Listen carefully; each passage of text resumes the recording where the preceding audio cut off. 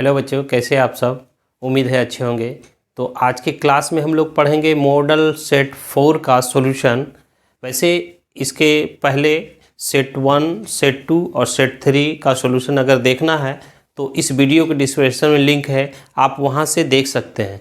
तो चलिए आज सेक्शन मॉडल सेट 4 का सेक्शन ए एंड बी हम सॉल्व करेंगे। ठीक है, सेक्शन ए एंड बी को सॉल्व करेंगे। ठीक है, तो फर्स्ट क्वेश्चन जो है बच्चों सेक्शन ए का, ठीक है, सेक्शन ए का फर्स्ट क्वेश्चन है कि if derivative d upon d x f x equal to 4x power cube plus 3 upon x to the power 4 such that f2 equal to 0 then find fx, यानी fx find करना है। ठीक है, इसमें दिया हुआ है f2 इक्वल टू 0 दिया हुआ। चलिए तो देखिए हम क्या करते हैं, दोनों साइड इंटीग्रेट कर देते हैं। ठीक है, integration both side, then d derivative of fx dx equal to derivative of 4x cube plus 3x4,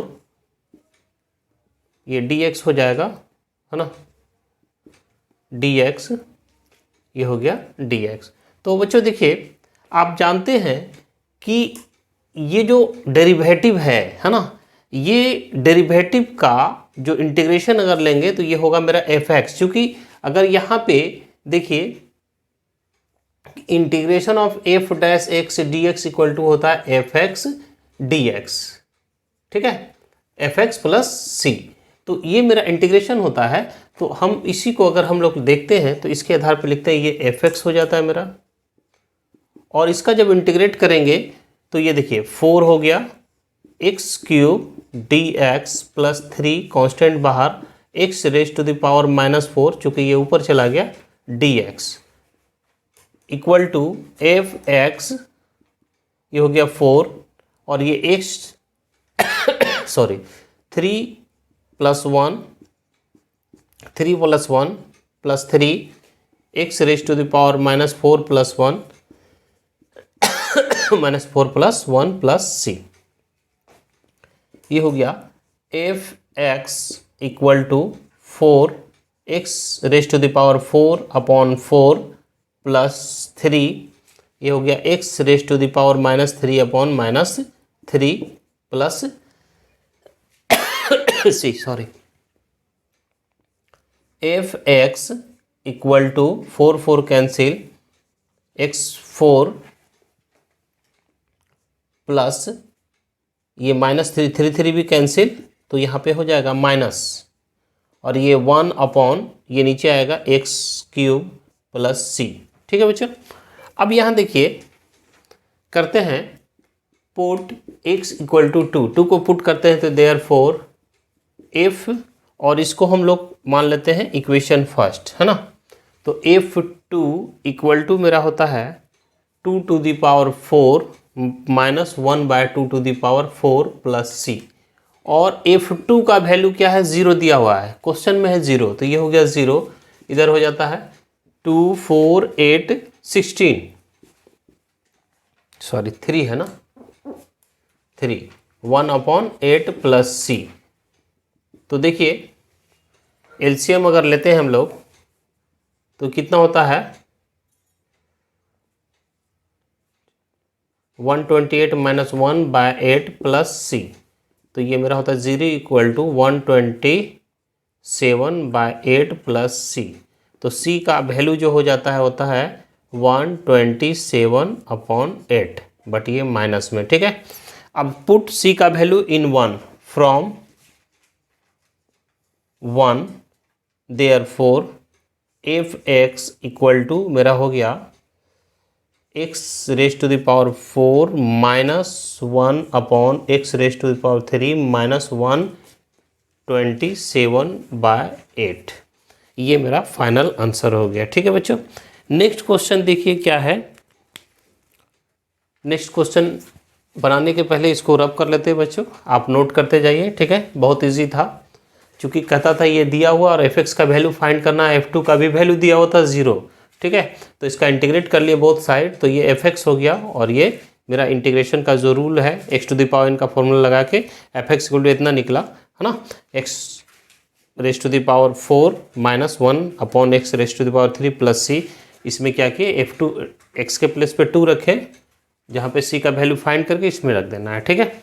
चलिए नेक्स्ट क्वेश्चन 2, कि कोई डिफरेंशियल इक्वेशन है d4/dx4 plus sine y dash triple dash equal to 0। ये क्वेश्चन है। तो कहता है कि find the order and degree of the following differential equation. तो जैसा कि आप जानते हैं कि इसका तो ऑर्डर का डिफिनेशन क्या होता है कि मैक्सिमम डेरिवेटिव जो रहता है किसी भी डिफरेंशियल इक्वेशन, वही उसका ऑर्डर होता है। तो इसका ऑर्डर आप देख रहे हैं, आप इसको चेंज भी कर सकते हैं। ये इस लिखने के पहले एक चीज़ देख लीजिए, ये लिख सकते हैं d/dx4 प्लस साइन, ये 3 बार डेरिवेटिव किया हुआ d3y/dx³ इक्वल टू 0। तो देखिए इसका यहाँ पर 3 टाइम्स है, यहाँ पे 4 टाइम है। तो ऑर्डर तो आप जानते हैं मैक्सिमम टाइम डेरिवेटिव होता है, तो ये हो गया 4। अब आइए डिग्री पे। डिग्री के बारे में जानते हैं कि ये अगर पॉलिनोमियल शो नहीं कर रहा, चूँकि y का x के रिस्पेक्ट में डेरिवेटिव है, इसलिए इसका डिग्री क्या हो जाएगा, नॉट डिफाइंड, ठीक है। तो बच्चों देखिए किसी भी ट्रिगोनोमेट्रिकल फंक्शन के साथ अगर dy/dx हो, है ना, और अगर e⁻dy/dx हो तो भी डिग्री डिफाइंड नहीं होगा। इस कंडीशन में डिफाइंड नहीं होगा। लॉग के साथ रहेगा dy/dx तो ये भी डिफाइंड नहीं होगा, है ना। तो इसको ध्यान रखना है और उसी आधार पे आप बना सकते हैं। चलिए नेक्स्ट क्वेश्चन थर्ड देखते हैं। थर्ड में है बच्चों कि find a unit vector in the direction of a vector given vector A equal to, ये दिया हुआ है i plus j cap, i cap plus j cap plus 2k cap. कहता है unit vector in the direction of vector, ठीक है। तो जैसा कि आप जानते हैं इसका यूनिट वेक्टर निकालना है, यूनिट, है ना, यूनिट वेक्टर ना, हाँ sorry, unit vector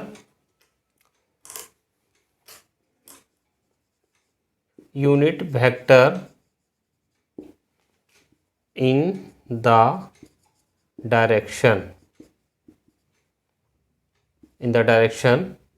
A equal to, आप जानते हैं कि जिस वेक्टर का यूनिट वेक्टर निकालना है उस वेक्टर के मैग्नीट्यूड से उसमें डिवाइड कर देते हैं, ठीक है। तो ये तो मेरा हो गया i cap plus j cap plus 2k cap upon root under, इसका मैग्नीट्यूड हो जाता है 1 का स्क्वायर प्लस 1 का स्क्वायर प्लस 2 का square. Therefore i cap plus j cap plus 2k cap upon 1 + 1 + 4, ये मेरा हो जाता है i cap plus j cap plus 2k cap upon √6। इतना भी रहने दे सकते हैं, या फिर आप लिख सकते हैं 1/√6 i cap plus 1/√6 j cap plus 2/√6 k cap, ये भी हो सकता है। चलिए नेक्स्ट क्वेश्चन देखते हैं बच्चों। 4 क्या कहता है ना, उसके पहले रब करने से पहले आप नोट कर लीजिए, ठीक है। देखिए यही इसका यूनिट वेक्टर आया है, ठीक है। किसी भी वेक्टर का यूनिट वेक्टर निकालना उसके डायरेक्शन में, तो उस वेक्टर में उसी के मैग्नीट्यूड से डिवाइड कर दीजिए, आपका यूनिट वेक्टर फाइंड हो जाएगा, ठीक है। चलिए नेक्स्ट क्वेश्चन देखते हैं। 4 क्वेश्चन कहता है बच्चों, 4 नंबर क्वेश्चन है कि find the position vector of the mid point of the vector joining the point P and Q given points are P 2 3 4 and Q 4 1 -2, ठीक है, ये 2 पॉइंट है, ठीक है। तो कहता है कि find the position vector of the mid point of P Q. तो कह सकते हैं हम लोग let R be the mid point of line joining P and Q, ठीक है। तो देखिए बच्चों, ये मेरा 2 पॉइंट है पी क्यू, ठीक है, और ये मेरा पी है आपका 2 3 4, ठीक है, और इसका है मेरा क्यू है आपका 4 1 -2, और कोई इसका मिड पॉइंट है आर, ठीक है। तो आर का पोजीशन वेक्टर, तो पोजीशन वेक्टर हम लोग जानते हैं बच्चों कि वो हमेशा ऑरिजिन से होता है, ठीक है। तो चलिए, ये ऑरिजिन है, ठीक है। Therefore coordinate of R equal to क्या होता है, देखिए 2 + 4 2 + 4/2 कॉमा 3 + 1 3 + 1/2 कॉमा ये हो गया 4 - 2 4 - 2/2, ये मेरा हो जाता है 6/2 4/2 और 2/2, यानी ये हो गया 3 2 1। ये आर का कोऑर्डिनेट हो गया 3 2 1। Therefore position vector of R equal to हो जाता है, ओ आर कर सकते हैं, पोजीशन वेक्टर निकालना, ये हो गया 3i cap + 2j cap + k cap. ये मेरा 4 का आंसर हो गया बच्चे, 3i cap + 2j cap + k cap. चलिए नेक्स्ट क्वेश्चन 5 देखते हैं हम लोग, ठीक है। तो आप नोट करते जा रहे हैं बच्चों, देख रहे हैं ना, बहुत इजी था। इसका मिड पॉइंट निकाल लिए, ये एक्स कोऑर्डिनेट को जोड़ के 2 से डिवाइड किए, वाई कोऑर्डिनेट के साथ जोड़ के 2 से डिवाइड किए, 4 कोऑर्डिनेट 4 के साथ जोड़ के 2 से डिवाइड किए, यानी कि हम लोग मिड पॉइंट निकालते हैं x1 + x2/2 y2 + y1 + y2/2 और z1 + z2/2 करके निकाल लिए, और इसका पोजीशन वेक्टर निकाल लिया। पोजीशन वेक्टर हमेशा ओरिजिन से डिस्टेंस होता है बच्चों, ठीक है। 5 नंबर कहता है कि कोई ये गिवन लाइन है ना, ये दिया हुआ given line is x - 5/3 equal to y - 1/4 equal to आपका z - 4/5। तो कहता है इसका डायरेक्शन रेशियो और डायरेक्शन कोसाइन निकालिए, ठीक है। तो हम जानते हैं कि ये जो लाइन है ये पास कर रहा है 0.514 से, और जो जिसका डायरेक्शन रेशियो है 3 4 5, ये हम लोग जानते हैं, we know that the line passes through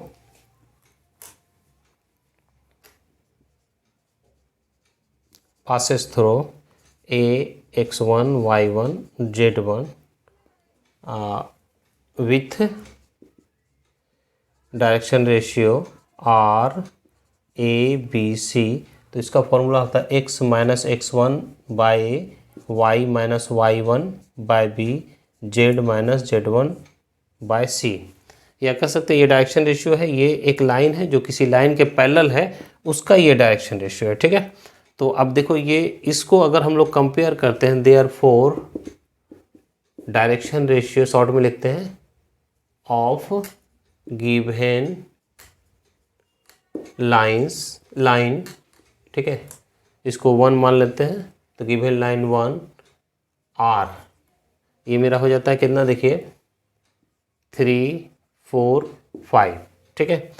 और बच्चों अगर मेरा इसका डायरेक्शन रेशियो पता चल गया, अगर इसका डायरेक्शन कोसाइन निकालना होता है तो हम लोग लिख सकते हैं डायरेक्शन कोसाइंस आर, ये होता है A by under root A square B square C square, B by under root A square B square C square, और C by under root A square B square C square. ये इसका direction cosine होता है। ठीक है। तो ए B सी हम लोग का मिला हुआ है, तो direction therefore direction cosines are, direction cosines लिख सकते हैं ऑफ गिवन लाइन 1 आर, है ना। देखिए 3/√3 स्क्वायर प्लस 4 स्क्वायर और प्लस 5 स्क्वायर, फिर हो जाएगा 4/3 square plus 4 square plus 5 square, 5/3 square plus 4 square plus 5 square.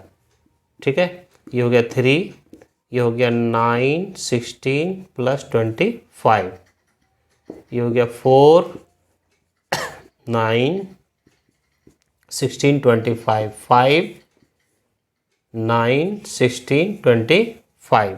ठीक है बच्चों। तो देखिए ये मेरा हो जाता है 3, ये हो गया √50, ये हो गया 4√50, है ना, 5√50, ये लिख सकते हैं 3, 5√2, 4, 5√2 और 5 5 कैंसिल, 5, 5√2। ये मेरा डायरेक्शन कोसाइंस हो गया। आप 5 को यहाँ से कैंसिल भी कर सकते हैं। ठीक है। सॉरी, तो लिख सकते हैं 3/5√2, 4/5√2 और 1/√2। ये मेरा आंसर हो गया। ये हो गया डायरेक्शन कोसाइंस और ये हो गया डायरेक्शन रेशियो। चलिए नेक्स्ट क्वेश्चन 5 देखते हैं। 5 हो गया बच्चों, 6 से देखते हैं हम लोग। ठीक है। 6 क्या कहता है? 6 कहता है बच्चों find the Cartesian equation of A line passing through the point this and this. ठीक है। 6 नंबर, गिवन पॉइंट्स आर, क्या दिया हुआ है? 6 नंबर ए है 1, 2, -1 एंड दूसरा पॉइंट है B2, 1, 1, B2, 1, 1। ठीक है। तो ये हो गया A1, 2, -1 और 2, 1, 1 से होकर जाने वाली रेखा का कार्तीय समीकरण ज्ञात करना है। ठीक है। we know that equation of line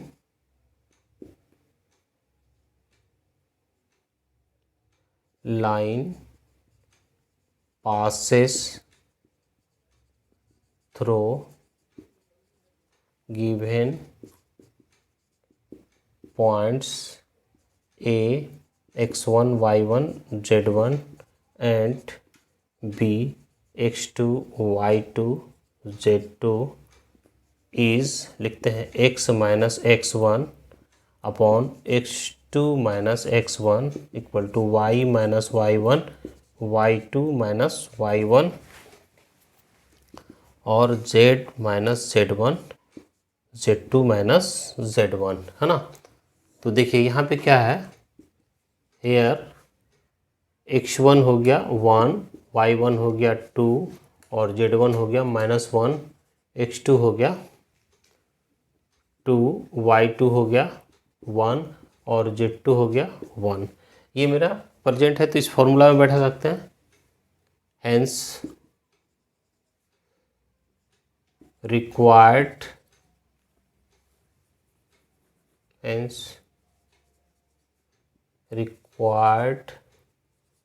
Cartesian equation is x minus x1 1 upon 2 minus 1 equal to y minus Y one upon y2 minus Y one equal to z minus z1, है ना। माइनस है, ये minus के चलते क्या हो गया, plus हो गया, और 1 माइनस 1, ये मेरा हो जाता है x minus 1 by 1, y minus 2 by minus 1, z plus 1 minus minus plus, तो हो गया 2। ये मेरा हो गया Cartesian equation of line passes through given point. ये हम लोग जानते ही थे, है ना, इसलिए थोड़ा सा लिख दिए इसको।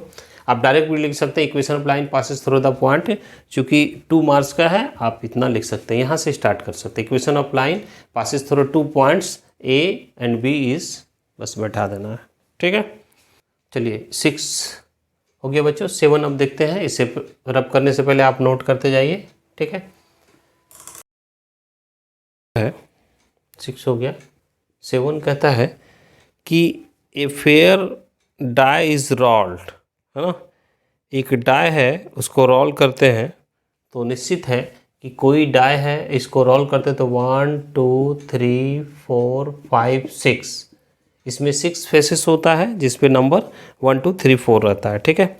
उसमें कहता है, तो इसमें नंबर ऑफ सिंपल स्पेस क्या हो जाएगा, ये हो जाएगा 6। इसमें कहता है कि ई दिया हुआ है, एक इवेंट है ई जो कहता है 1 3 5, दूसरा इवेंट है एफ, ये देता है एफ इक्वल टू है 2 3, एंड थर्ड इवेंट है ये है जी 2 3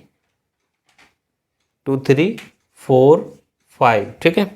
उसके बाद कहता है ये कि find P E intersection F upon G, यही फाइंड करना है, ठीक है। ये हो गया मेरा, ये इक्वल टू वाट, ये निकालना है आपको, ठीक है। तो चलिए देखिए, यहाँ पे सिंपल स्पेस तो ले लिए हम लोग। अब देखिए कहता है कि आप जानते हैं कि अगर हम लोग जानते हैं कि P A by B equal to है probability of A intersection B upon P B, ये होता है, ये तो नेचर है इसका, है ना। इसी आधार पे अगर हम लोग करेंगे तो इसका निकालना है, तो इसका तीनों का इंटरसेक्शन चाहिए। तो देखिए हम लोग लेते हैं सिंस ई इंटरसेक्शन एफ ले लिए पहले, ठीक है। तो ई इंटरसेक्शन एफ, ई और एफ में क्या कॉमन है, 3 कॉमन है ना। देखिए ये 3 कॉमन है, 3 3 दोनों में है, तो इंटरसेक्शन हो जाएगा 3। फिर हम ले लेते हैं ई इंटरसेक्शन एफ इंटरसेक्शन जी। अब देखिए ये 3 है और इस जी में भी 3 कॉमन है, तो ये मेरा कितना हो जाता है, देखिए लिख भी सकते हो आप, 3 इंटरसेक्शन, ये हो गया 2 3 4 5, तो इंटरसेक्शन में जो कॉमन होता है तो ये मेरा हो गया 3, ठीक है। तो नंबर ऑफ इवेंट इसमें कितना हो गया, 3 हो गया। तो लिख सकते हैं हम लोग N E intersection F intersection G equal to 1। अगर इसका हम लोग प्रोबेबिलिटी निकालें, probability of E intersection F intersection G equal to होता है number of E intersection F intersection G by N S, तो ये मेरा कितना निकला, 1 हो गया, और ये हो गया 6। उसके बाद आप आइए पी जी, चूँकि इसमें जब निकालेंगे तो जी, जिसे यहाँ पर देखिए पी ए ऑब्लिक बी है, probability of A by B, तो पी ए इंटरसेक्शन बी है, तो इंटरसेक्शन आप तीनों का हो गया, ई एफ इंटरसेक्शन जी। अब यहाँ पर पी जी निकालना है, प्रोबेबिलिटी ऑफ जी इवेंट का निकालना है, तो इसमें हो गया number of G upon N S. तो नंबर ऑफ जी कितना है, नंबर ऑफ जी है 1 2 3 4, 4 नंबर है, और ये हो गया मेरा 6, तो ये हो गया 2/3। आपको निकालना क्या है बच्चों, चलिए देखिए, अब इसको ये चीज़ निकालना है। चलिए इसी के बारे में लिखते हैं हम लोग, बहुत ईजी है ना। तो कहता है P E intersection F by G equal to होता है probability of E intersection F intersection G upon P G. और ये मेरा कितना निकला है बच्चों, देखिए तो इंटरसेक्शन 1/6 है और ये मेरा हो गया 2/3। ठीक है, तो ये हो गया 1/6, ये 3/2, 3 2 जा 6, 1/4 आंसर हो गया। ठीक है, नेक्स्ट क्वेश्चन 8 देखते हैं। तो बच्चों देखिए ये आपका सेक्शन ए का ख़त्म हो गया है ना। अब सेक्शन हम लोग बी करेंगे, है ना। तो आई होप आपको समझ में आया होगा। तो अगर समझ में आ रहा है तो वीडियो को लाइक कीजिए, अपने दोस्तों के बीच वीडियो शेयर कीजिए, और अगर इस चैनल पे नए हैं तो चैनल को सब्सक्राइब भी कीजिए बच्चों। ठीक है, तो स्टार्ट करते हैं हम लोग क्वेश्चन नंबर 8 सेक्शन बी का। 8 क्या कहता है ना। 8 नंबर है इंडिफरेंट इंटीग्रेशन से है, integration of dx by 1 minus 10x। ठीक है, यही आपको करना है। तो देखिए ये सॉल्व करते हैं पहले। dx 1 minus sine x upon cos x लिख सकते हैं 10x को। ये dx हो गया, ये हो गया एलसीएम लीजिएगा cos x minus sine x upon cos x। ये मेरा ये cos x ऊपर चला जाता है, dx पहले से है, ये हो गया cos x minus sine x। ठीक है बच्चों अब देखिए तो ये हम लिखते हैं i, है ना, इक्वल टू हम क्या करते हैं 1/2 करते हैं, लिखते हैं इसको 2 cos x dx upon cos x minus sine x। ये लिखते हैं 1/2। अब आप देखो इसको लिख सकते हैं cos x minus sine x। ठीक है, plus cos x plus sine x upon cos x minus sine x dx। तो बच्चों देखिए ये साइन माइनस और ये प्लस में कैंसिल, और cos x के मिलके 2 cos x हो जाएगा। ठीक है, इसलिए 2 से हम लोग डिवाइड किए और मल्टीप्लाई किए। तो ये देखिए अब हम लोग इसको फर्केट करके डिवाइड कर देते हैं, cos x minus sine x upon cos x minus sine x plus cos x plus sine x upon cos x minus sine x। ठीक है, ये मेरा हो गया dx। तो बच्चों देखिए ये कैंसिल, ये हो गया हाफ, ये अब आपका कितना हो रहा, ये बचा 1 प्लस, डायरेक्ट कर लेते हैं बच्चों, 1 हो गया ये, अच्छा रहने दीजिए, cos x plus sine x upon cos x minus sine x dx। ये हो गया हाफ, है ना, लिख सकते हैं हम लोग half integration dx plus half integration cos x plus sine x cos x minus sine x dx। ठीक है बच्चों, इसका तो इंटीग्रेशन है, बट इसके लिए क्या करते हैं सब्स्टिट्यूशन मेथड से इसको सॉल्व करते हैं, है ना। तो ठीक है बच्चों, तो देखिए प्लेस नहीं है, इसको रब करते हैं, आप नोट कर लीजिए इसको। ठीक है, तो देखिए अब ये जो प्रॉब्लम है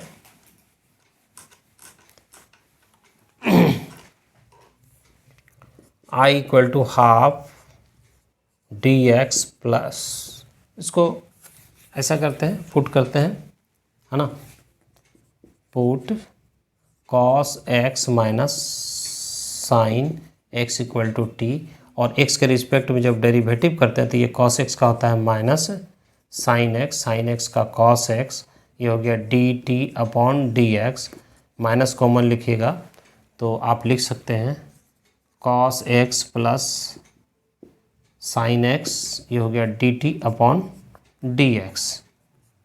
ये लिख सकते हैं cos x plus sine x dx equal to minus dt। ठीक है, लिख लिए। अब ये प्रॉब्लम है, चेंज होता है हाफ ऑफ dx, है ना, प्लस हाफ ऑफ, ये हो जाता है माइनस dt अपॉन टी। इसको माने तो ये मेरा इसके बदले कितना निकला, माइनस dt, ये पूरा, और ये t हो गया, तो ये हो गया हाफ ऑफ x, dx का x ये माइनस हो जाएगा, minus log t plus c, तो ये हो गया half x minus 1/2 log of, क्या लिखे हैं, mod cos x minus sine x plus C. यही मेरा आंसर हो गया बच्चों, ठीक है। तो आप देख लिए किस तरह ये प्रॉब्लम बना। चलिए नेक्स्ट क्वेश्चन 9 देखते हैं हम लोग क्या कहता है। 9 भी इंडेफिनिट इंटीग्रेशन से है बच्चों, ठीक है। चलिए इसको रब कर लेते हैं, नोट करते जाइए। इसके बाद से यहाँ है ना, पहले क्या किया, 10x को हम लोग ब्रेक किए साइन बाय कॉस में, इसको सॉल्व करके ये फॉर्म आया, 2 से डिवाइड किए और कॉस एक्स को इस फॉर्म में चेंज करके ये किए, ठीक है। तो चलिए 9 नंबर में कहता है कि evaluate integration of cos 2x minus cos 2 alpha upon cos x minus cos alpha dx, ठीक है बच्चों। तो आप जानते हो कि इस बात को जानते हो कि कॉस 2 इक्वल टू होता है 2 कॉस स्क्वायर a माइनस 1। इस फॉर्मूला को हम यहाँ पे लगाते हैं, ट्रिगोनोमेट्रिकल आइडेंटिटी का यूज़ करते हुए बनाएंगे। तो लिखेंगे इंटीग्रेशन ऑफ, लिख सकते हैं 2 cos square x minus 1 minus 2 cos square alpha minus 1 upon cos x minus cos alpha, ये मेरा dx, ठीक है। अब देखिए ये लिख सकते हैं 2 cos square x minus 1 minus 2 cos square alpha, ठीक है, और plus 1 upon cos x minus cos alpha. ये प्लस माइनस में 1 कैंसिल, है ना, तो बचेगा मेरा 2, अगर कॉमन ले लेते हैं ये तो मेरा कैंसिल हो जाएगा, और 2 अगर कॉमन ले लेते तो लिख देते 2 cos square x minus cos square alpha upon cos x minus cos alpha, और ये मेरा dx हो गया, ठीक है। चलिए ये देखिए I इक्वल टू ये 2 हो गया इंटीग्रेशन ऑफ देखिए a square minus B square का फॉर्मूला लगाते हैं तो ये लिखते हैं cos x minus cos alpha, फिर लिखते हैं cos x plus cos alpha upon cos x minus cos alpha dx। देखिए ये और ये कैंसिल, ये हो गया 2, ये बच रहा है cos alpha plus cos x, और ये हो गया कॉस अल्फा, लिखेंगे dx। देखिए 2 cos x dx plus cos alpha constant 2 cos alpha dx, तो ये मेरा हो जाता है 2 कॉस अल्फा का साइन x, कॉस x का sine x plus 2 cos alpha बाहर, है ना, और dx का इंटीग्रेशन x प्लस सी। इसको लिख सकते हैं 2 sine x plus 2 x cos alpha plus C. ये फाइनल आंसर हो गया बच्चों, ठीक है। नेक्स्ट क्वेश्चन 10 देखते हैं हम लोग। 10 क्या करता है,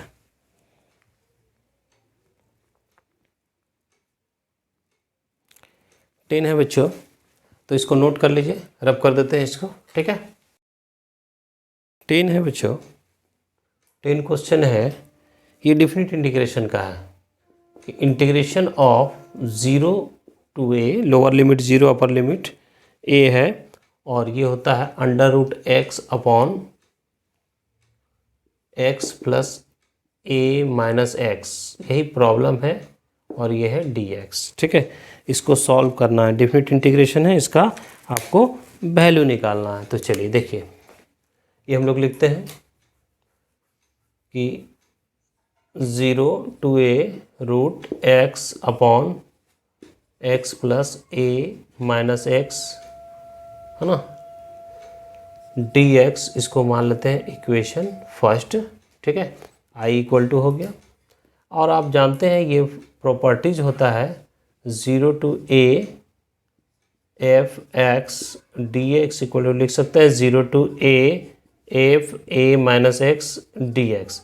इस फॉर्मूला को अगर यहाँ पे हम लोग, है ना, लगाते हैं तो क्या होता है, लिखते हैं 0 to a, lower limit 0 upper limit ये, और यहाँ हो जाता है x के प्लेस पे a माइनस एक्स, तो यहाँ पे लिखेंगे a माइनस एक्स अपॉन लिखेंगे a minus X plus a है माइनस a माइनस एक्स, जहाँ जहाँ x था वहाँ a माइनस एक्स कर दिए और ये मेरा dx हो गया। ठीक है बच्चों, अब देखिए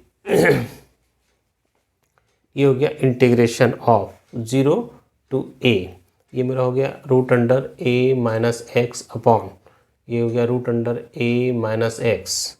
अब प्लस लिख सकते हैं इसको, देखिए a माइनस एक्स a और प्लस x, ये dx है। फिर इंटीग्रेशन ऑफ 0 to a लिख सकते हैं a minus x upon a minus X. ठीक है, a minus X plus root X. ठीक है, और ये हो गया आपका dx। फिर इसको लिख सकते हैं i 0 to a minus x upon, इसको इधर लिख देते हैं root x plus a minus X dx, और ये इक्वेशन 2 हो गया। लिखते हैं एडिंग 1 and 2, 1 और 2 को जब जोड़ते हैं तो इक्वेशन 1 में मेरा कहता है i, इक्वेशन 2 में लेफ्ट साइड में है i, लिख दिए। देखिए 0 to a यहाँ भी है, 0 to a यहाँ भी है, आप कॉमन ले सकते हैं 0 to a। इसका है under root x upon x plus a minus x, इसका है under root a minus x upon root x plus a minus x, और इधर से dx। तो ये मेरा हो जाता है बच्चों 2i equal to 0 to a। जब इसका एलसीएम लीजिएगा तो एलसीएम तो मेरा हो जाता है root x plus a minus X, इधर dx। एलसीएम लेने के बाद ये दोनों में कॉमन एलसीएम हो गया, ये हो गया root x plus a minus x, और ये कैंसिल। ठीक है, तो ये मेरा हो जाता है i इक्वल टू, ये 2 इधर आता है 1/2, नीचे आ रहा है कि नहीं बच्चों, चलिए देखिए ये इजी था, प्रॉपर्टीज और डिफरेंट इंटीग्रेशन से हम लोग लिए तो ये आया मेरा। ठीक है, और दोनों को ऐड कर दिए तो यहाँ पर ये आ रहा है। चलिए इसको रब करते हैं। ठीक है, तो अब जो मेरा क्वेश्चन है वो हो जाता है i इक्वल टू 1/2, ये बचा dx 0 to a 1/2, इसका इंटीग्रेशन है x। ठीक है, और ये मेरा हो जाता है 1/2, ये हो गया a माइनस 0, और ये हो गया a/2, ये हो गया आंसर 10 का। ठीक है, तो बच्चों आप नोट करते जा रहे हैं। चलिए 11 नंबर क्वेश्चन को देखते हैं। 11 क्या कहता है, 11 कहता है 13 आ गया 11, हाँ 11 भी डिफरेंट इंटीग्रेशन से है क्वेश्चन बच्चों। ठीक है, 11 भी डिफरेंट इंटीग्रेशन से है, तो रब करते हैं इसको। 11 क्वेश्चन कहता है डिफरेंट इंटीग्रेशन से है, since i equal to 0 to pi sine square X minus cos square x/2 dx, ये वैल्यू निकालना है, एवल्यूट 0 to पाई, है ना, डिफरेंट इंटीग्रेशन का है 0 to pi sine square x/2 minus cos square x/2। तो बच्चों आप जानते हैं ये फॉर्मूला पढ़े हैं कि cos of 2x equal to होता है cos square X minus sign square x. इसी से हाफ एंगल फॉर्मूला लेते हैं तो कॉस एक्स इक्वल टू होता है cos square x by two minus sign square x by two. ठीक है, ये मेरा होता है।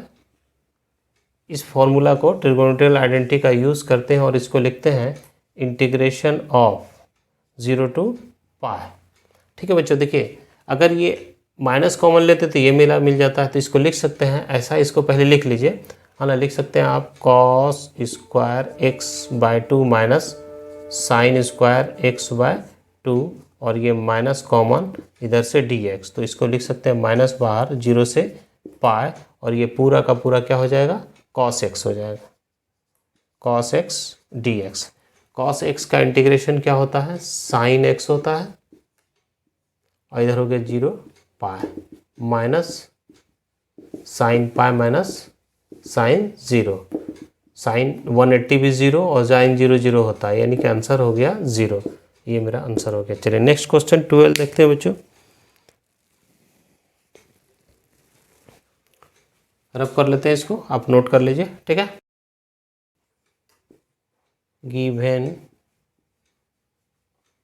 है ना वर्टिसेस, शायद क्या क्या है देखिए,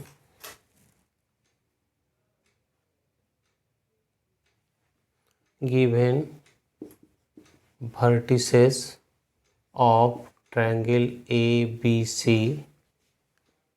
आर ए आपका है 1 2 3, triangle ABC are A 1 2 3, B है आपका -1 0 0 एंड सी है मेरा 0 1 2।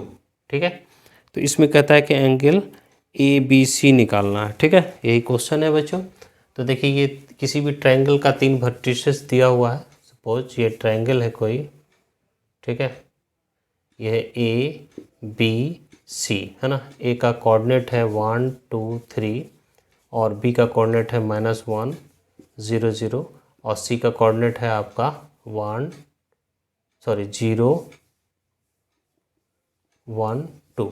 ठीक है, ये है। तो हम लोग निकालते हैं पहले position vector of A 1 2 3।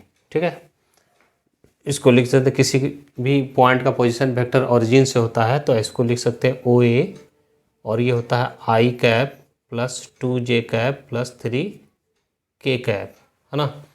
Position vector of B -1 0 0, तो इसको लिख सकते हैं OB, ये हो सकता है -I और plus 0 into J cap plus 0 into K cap. ठीक है, पोजीशन वेक्टर ऑफ C आपका है 0 1 2, इसको OC लिख सकते हैं। ये मेरा हो जाता है 0 into I cap plus J cap अब प्लस 2K कैप। ये निकाल लिए पोजीशन वेक्टर। अब बच्चों हम निकालते हैं AB, चूँकि ये जो ABC एंगल है ये वेक्टर BA और BC का बीच का एंगल है। ठीक है, तो हम लोग निकालते हैं BA इक्वल टू होता है OA माइनस OB। OA कितना है बच्चों, OA है I cap plus 2J cap plus 3K cap minus I cap, है ना। तो ये माइनस माइनस प्लस हो जाता है, तो ये होता है 2I cap plus 2J cap plus 3K cap. इसका मैग्नीट्यूड भी निकाल लेते हैं साथ साथ, तो ये होता है 2 square plus 2 square plus 3 square, तो ये मेरा हो जाता है 4 + 4 + 9, यानी ये हो जाता है √17। चलिए BC निकालिए, BC निकालते हैं तो OC minus OB, position vector of C minus position vector of B। तो OC आपका है कितना, 0 तो छोड़ ही दीजिए, J cap plus 2K minus I cap, तो माइनस माइनस प्लस, तो लिख सकते हैं आई कैप प्लस जे कैप प्लस 2k कैप। और इसका मैग्नीट्यूड भी निकाल लेते हैं बच्चों, ठीक है। मैग्नीट्यूड निकालते तो ये मेरा होता है कितना, 1 स्क्वायर 1 स्क्वायर 2 स्क्वायर, तो ये हो जाता है 1 + 1 + 4 यानी √6। उसके बाद बच्चों इस दोनों का डॉट प्रोडक्ट निकाल लेते हैं हम लोग, B A dot B C. तो बी ए कितना है 2i + 2j + 3k dot product i + j + 2k। ये हो जाता है i का कोएफिशिएंट यहाँ 2 है, यहाँ है -1 है, प्लस इसका कोएफिशिएंट j का 2 है, इधर है 1, इधर है 3 और इधर है 2, ठीक है। तो ये मेरा हो जाता है 2, ये हो गया 2, ये हो गया 3 2 जा 6 यानी ये 10 निकल गया। अब निकालते हैं हम लोग सिंस, इसको रब कर देते हैं बच्चों, है ना। तो लिख सकते हैं since angle A B C be the angle between the vector B A and B C, therefore cos of angle A B C equal to mod आपका B A dot B C upon B A का magnitude और ये हो गया B C का magnitude, ठीक है। सबका वैल्यू है बच्चों, ये मेरा हो गया एंगल ए बी सी, रह देते हैं अभी, रहने देते हैं, cos angle A B C. तो हम इसको लिख सकते हैं, ये मेरा कितना निकला देखिए, तो ए डॉट बी से 10 निकला और ये कितना निकला, ये आपका निकला √17 और ये निकला √6, ठीक है।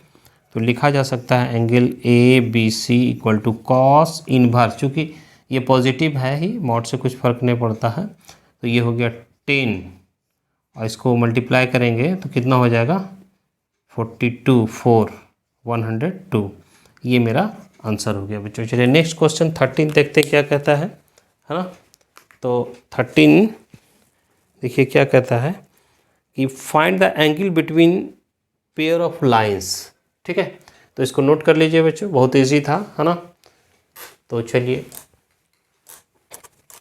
13 प्रॉब्लम कहता है बच्चों, देखिए कि इसमें दो लाइन देता है, कहता है find the angle between the pair of lines. तो दो लाइन कौन कौन सा है बच्चों, देखिए गिवन लाइंस है, गिवन लाइंस आर, दो लाइन है वो कार्टेशियन फॉर्म में x-2/2 और ये है y-1/5 और इक्वल टू है z+3-3 एंड दूसरा लाइन है आपका x+2/-1 इक्वल टू y-4/8 और z-5/4, ये दो लाइन है ना। तो दोनों के बीच का एंगल निकालना है, x-2/2 y-1/5 और z+3/-3 और x+2-1 y-4/8 और z-5। चलिए ये दिया हुआ है, ठीक है। तो ये दोनों लाइन का इक्वेशन हम जानते हैं कि we know that the angle between the lines are x-x1/a1 y-y1/b1 और z-z1/c1 and x minus x2 upon a2, y minus y2 upon b2 और z minus z1 upon c2, है ना, इज ये होता है cos theta equal to a1 a2 b1 b2 c1 c2 upon a1 square b1 square c1 square a2 square b2 square और c2 square. ठीक है, यार यहाँ पे जो है, यहाँ पे a1 जो दिया है बच्चों ये है 2 और b1 है 5 और c1 है आपका -3 और a2 जो है वो है -1 और b2 है आपका 8 और c2 है आपका 4। Let theta be the angle between the lines, है ना।